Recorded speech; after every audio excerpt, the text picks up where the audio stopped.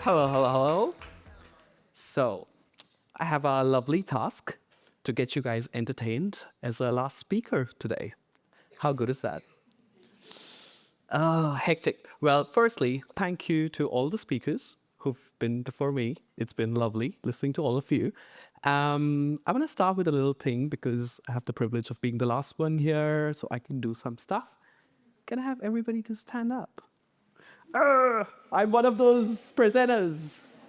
Because why not? You all have been sitting here for the longest time, right? Yeah, move a little, just Okay, so here's the trick. It's easy as. I'm going to be asking you a question. If the answer to that question is a yes, it's a simple yes, no. That's it. There's no maybe. If it's a yes, you can sit down. Ready? All right. So, can you swim?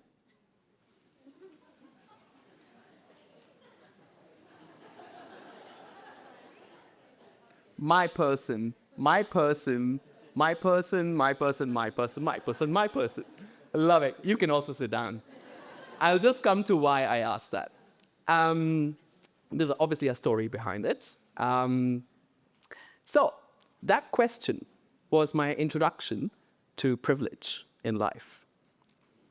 I know it may sound alien to a lot of us because given everybody knows how to swim, I have been asked that question multiple times in life. And every time someone would ask me, can you swim? I'd be like, yeah, kind of. I'd always fake it, as if there's a flaw about me or like it's incompetency.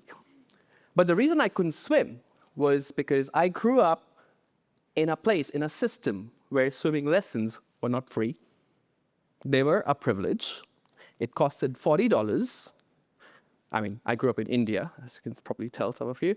But that $40 meant being in school and not actually taking swimming classes. So through my life, I have learned similar lessons around privilege and how my growing up was different to many other peers of my own. And that's what I'm going to talk about today. And this is going to be a very personal story. It can get a little deep, so bear with me for a bit. But because I'm telling this story on this wonderful land, I have to acknowledge the traditional custodians of the land I'm sharing the story on, the Wurundjeri people of Kulin Nation. I also have to acknowledge and pay my respects to the land where I live and work, the Gadigal people of the Eora Nation. And I also want to share the place where I was born, Delhi. This is in India. So I was born, that's me, the tiny me, the little one over there with like a tilak, as we call it in India. So 1998 India, I was born in Delhi in this suburb called Shahadra. Now, Shahadra used to be this entry gate to the Mughal center of Delhi. Back in the day, it was called Indraprastha. Just sharing a bit of history there. But this little kid, going through that early stages of life, was asked questions like, can you swim? And many other such questions. But there were three key things that stuck with him growing up. Number one was that's where I lived. I grew up. I was born there. I grew up there. And I went to a school where the other kids were in different parts of the city. Slightly better, with better houses and stuff. So I was always embarrassed. I was like, oh my God, why do we live here? Why can't we move to the other suburb? Why are we that? And second part, I would never invite my friends home. That meant they cross over that drain near my house. Yeah, it was bad. I would still cycle around it, but yeah, now when I look at it, I'm like, never going back there. Third thing, which is not here. I'm sure you can't see it. I couldn't see it. It was called being queer and growing up in India. It was invisible, right? There were no examples. Nobody had a handbook. So yeah, that brought me to this lovely friend of mine. I'm pretty sure it's everybody's friend.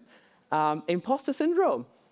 Just a raise of hand. Has anybody met with this person called imposter syndrome?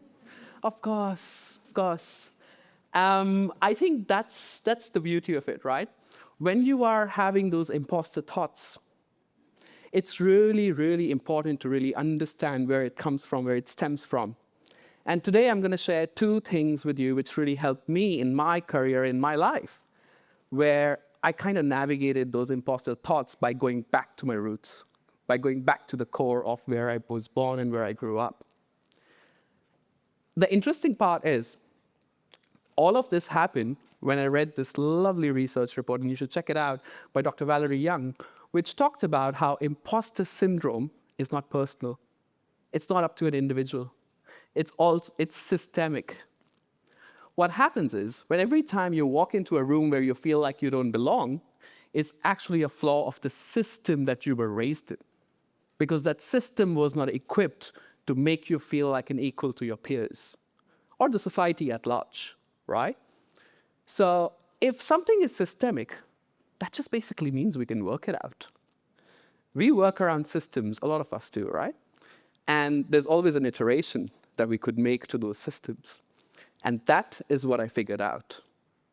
I'll share 2 things now. First one, the imposter quadrant. This is not anybody's work. I just made this up. So this shit is just kind of like, I was like, yeah, let's be cool about it.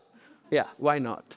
And it's a 2x2. Some of you know I worked in consulting. I love a 2x2. Like all consultants is just fancy to map things like that. So let's look at what this looks like. So you've got the x-axis and y-axis. You've got confidence on one side and competence on the other, right? And then if you are low on your competence and low on your confidence, I would call you like a wireframe wobbler. You can't see that there, but it's wireframe wobbler. What that means is that you know that you lack competence. It's okay, your early career, but you also lack confidence at that stage, which is fine, absolutely normal. So you're basically wobbling your way through your wireframes. They're not the best, it's fine. The fun part happens when you become a curious creative, where your confidence is really high. You know that your competence is not really high. But you're curious, you keep on going, you keep on winging it, you keep on bluffing yourself, like, yeah, I can wing it. It's like I decided to come give a talk here. I was like, yeah, let's do it. And then I saw the presenters, I was like, damn, what did I do? Then you've got the senior energy. You're the boss bitch, right? You're like, your confidence is high, your competence is like spot on. You are the energy in the room. And and then you've got a pixel perfect panicker. Well, that's a lot of times me, a lot of us as well, right? We're in meeting rooms and we're like, damn, I'm not worthy to be here. So this is where I started. The little Dhruv, he was trying to figure his way out, like trying to learn things. And then I started doing this thing where I started bluffing myself into thinking that, oh, babe, you're awesome. All these manifestations and all the affirmations started happening early in life that I kept moving until I started moving up there. And there I was at BCG doing the big senior energy. That photo is actually from a talk I gave in, I think it was in Singapore, and massive, all these fancy consultants, partners sitting, and I'm talking about like some strategy work that I did. Big.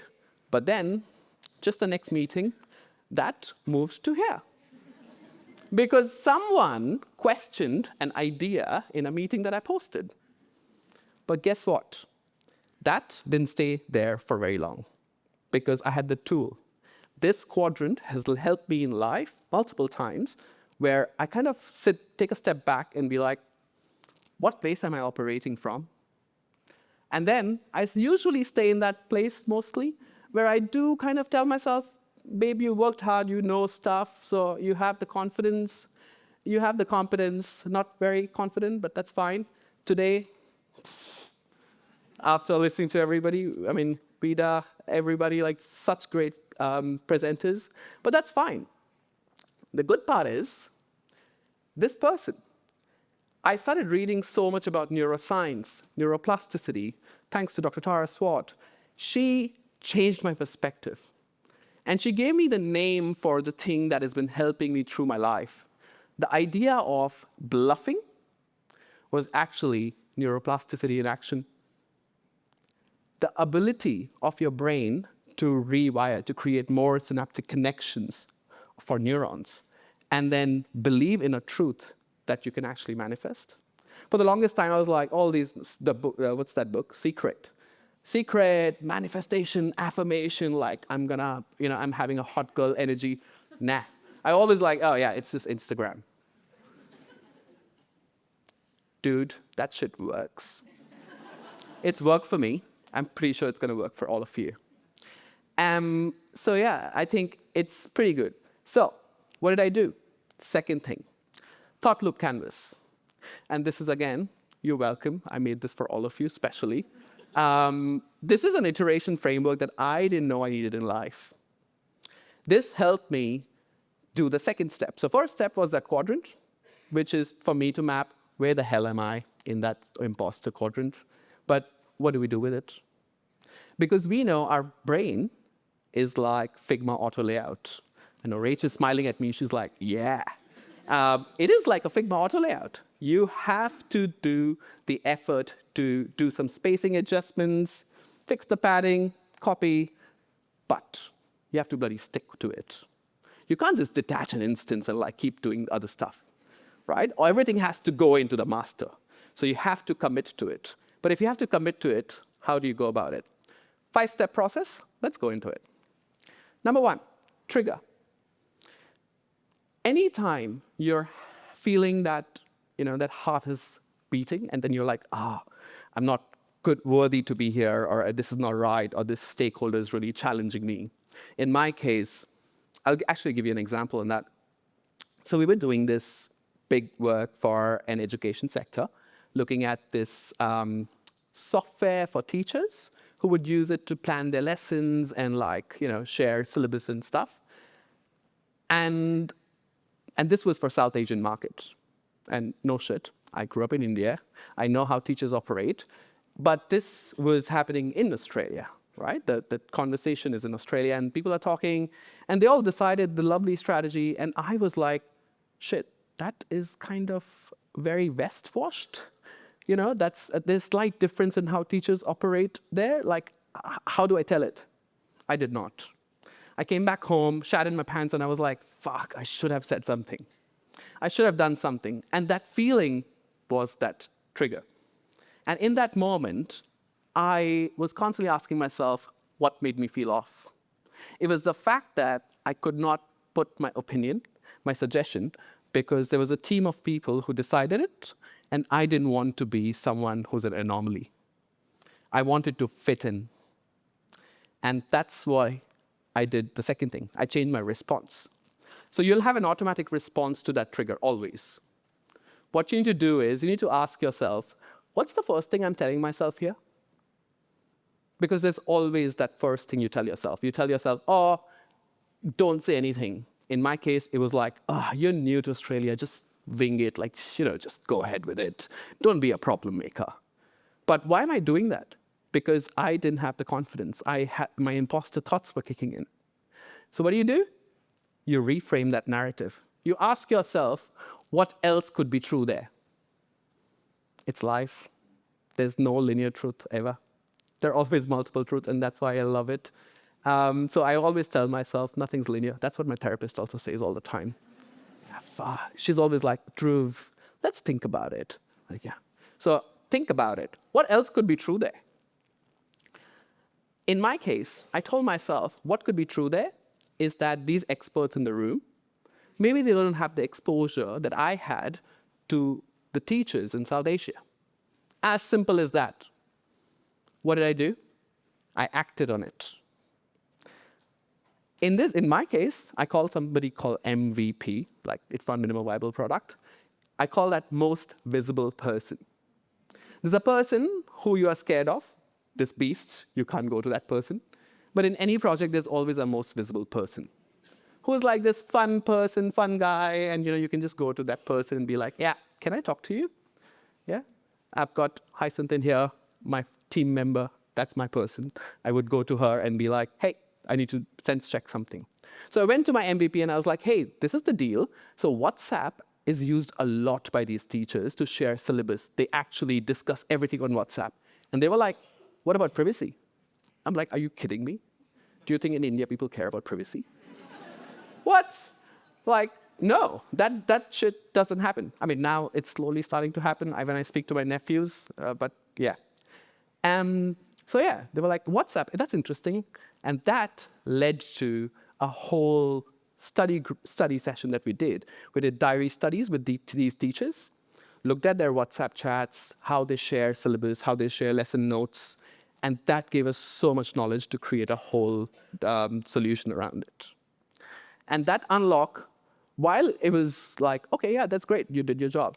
There was no extra accomplishment, but in my head, I was like, bitch, you did it.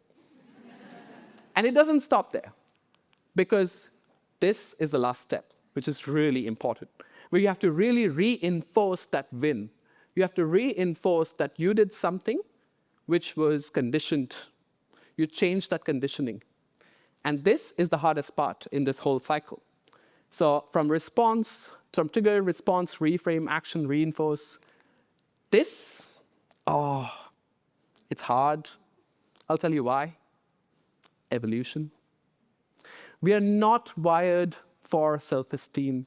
We're wired for survival, and it's evolutionary. We can't change it, right? So your brain is more likely to register negative thoughts, things that are threat. But to reinforce positive thoughts, there's science behind it. It's more than twice hard. So you have to work twice harder to, manifest or like all these affirmation things. They do work, but you have to be patient with it. You have to be consistent with it. Just like Figma auto layout. Just stay consistent. It will work. It's brilliant. Everything keeps changing, right? But yeah, consistency is key. And this concept is called value tagging. Your brain is constantly value tagging thoughts. If a thought is not for survival, it'll be dismissed by the brain. Oh, did I say that right? Yeah, if a thought is not meant for survival, yeah, it will be dismissed. But if it is around survival, it'll be like, oh, yes, let's focus on it, right? Survival in this time and age is psychological, of course, because we don't really have physiological threats. Unless someone wants to tackle me, then I would be like, yeah, let's do it. So how do you do it? You have to attach a feeling and an action to a thought if you want to reinforce. You can't just say, oh, I'm awesome, and then go out. No, that won't work. In my case, I had to make sure I feel good about me taking that step, going to the MVP, and then talking to her and getting my point made, doing those studies. But I added an action to it. Best action, hot tip, journaling. Super helpful. When you journal it, you're acting on it, you're writing it down. But even better, share about it. Tell your story. Today, I'm basically doing that. I'm trying to tell myself that I am deserving of being on the stage. I'm telling a story. So every time you do a little win, tell a story. Make something grand. Go call a friend. Be like, hey, let's get a drink. Let's share that bottle of wine. I would love some now. But because it's twice as hard, you have to put in that 2x effort for a positive thought. Remember that. And remember that imposter thoughts are like messy wireframes. They're not your source of truths. Tell me, when was the last time you shipped the first wireframe you made? Anyone? Maybe one of our speakers talked about how Lovable is super fast and they can ship fast. Maybe then, yes. But yeah, we'll need to see. But yeah, so think of your thoughts as this first wireframe. Do a usability test on it. Test your thoughts. Change the thoughts. Iterate on them. And then once you do that, you will know that, there is more space to change your pattern, change your way of thinking. Imposter syndrome will not go away. It's still stuck with me. But what I have now are tools to relook at it differently. So I would encourage you to design your mental model. Think of it as an exercise. How would that little Dhruv is asking you, not me. Little Dhruv is asking you, if you were to redesign your inner design system, how would it look like? 3 steps, map it, use the imposter syndrome quadrant, to map where you are. I do it multiple times, and then redesign it. Use the thought loop canvas to see what is your trigger, what's your, what do you want, how do you want to reframe it, how do you want to act on it. And lastly, repeat it. Remember, it's going to be twice as hard. So yeah, that shit sucks. But yeah, we got to do what we got to do, right? Because systems are not built for that. It's not me. It's a system. Yeah, so I blame it to that. By the way, you're welcome. I can swim. At the age of 34, I learned how to swim. It was in Sydney. I moved to Sydney about 4 years ago. And then I was like, damn, everybody swims. I can't live with this thing. And I know this is imposter syndrome kicking in. I need to figure something out. So I did learn, obviously. And I was like, you know what? There's no other option. I have to do it. So catching up sometimes takes time. But that just means you're collecting perspective. You're collecting power over what you want to achieve. It's hard. But with consistency, with tools like this, or maybe other tools that are out there, it can work. Something I want to share with you is that I love this quote, and showing up late to the party doesn't mean you don't belong. Because belonging is not the destination. It's just a process. You keep trying hard, you keep trying different molds. Maybe you belong in one, and then you change the mold, and you have to redo the whole thing again. Good luck. But if I leave you with one thing, that is, take time to belong. Gather as many tools as the process to figure this out. And it took me 35 years to be here, from that to this. And I can now feel that I can stand here and I could say, I have arrived and I'm here for the party. So are you guys ready for the party?